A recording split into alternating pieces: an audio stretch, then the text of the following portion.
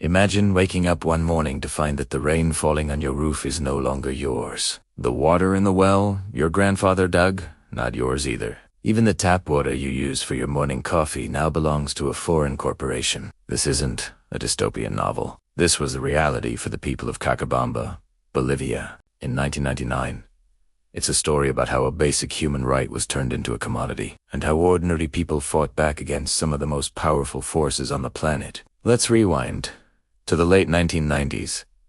Bolivia was in deep financial trouble, drowning in debt, to secure new loans from international lenders like the World Bank. The government was given an ultimatum: privatize your public services, starting with water. Desperate for a lifeline, the Bolivian government agreed. They signed a multi-million-dollar contract, handing over complete control of Cochabamba's entire water system to a subsidiary of the American engineering giant, Bechtel. And when I say complete control, I mean it. The deal was so extreme that it even made it illegal for people to collect rainwater without a permit from the company. The water literally falling from the sky was now private property. Almost overnight, the consequences were devastating. The company, seeking to recoup its investment and turn a profit, hiked up the water prices.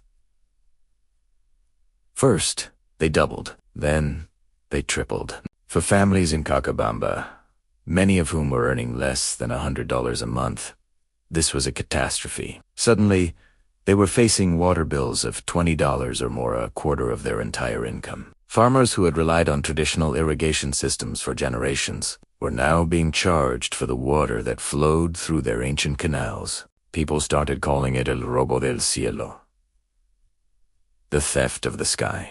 The company, however, had a different name for it: market efficiency.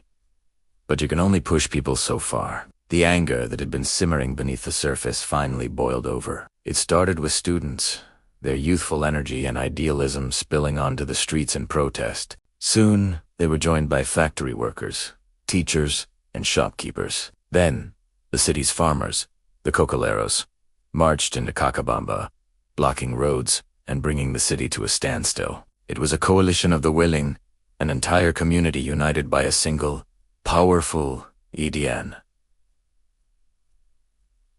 Water is life, not a business.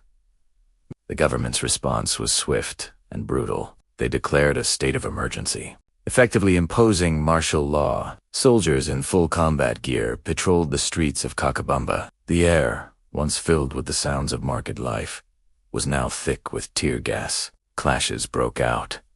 People were beaten, arrested. In the chaos, a 17-year-old boy named Victor Hugo Daza was shot and killed by a military captain. His death became a rallying cry. What had started as a protest over an economic policy had now become a fight for human dignity, a battle for the soul of the nation. The central question was clear and profound.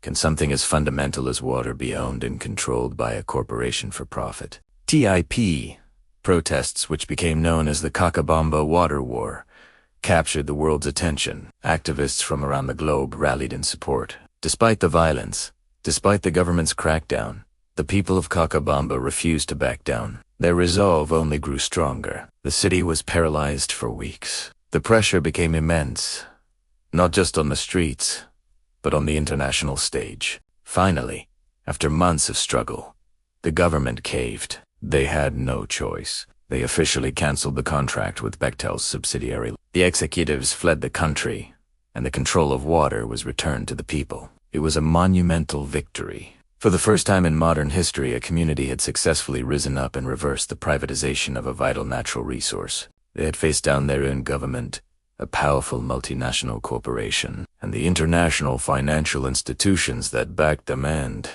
they had won. The streets of Cochabamba erupted in celebration. It was a testament to the power of collective action.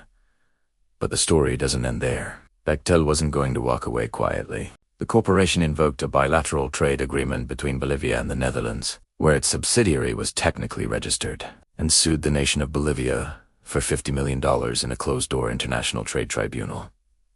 Let that sink in. One of the poorest countries in South America was being sued by a multi-billion-dollar corporation for daring to protect its citizens' right to water. The message was chilling.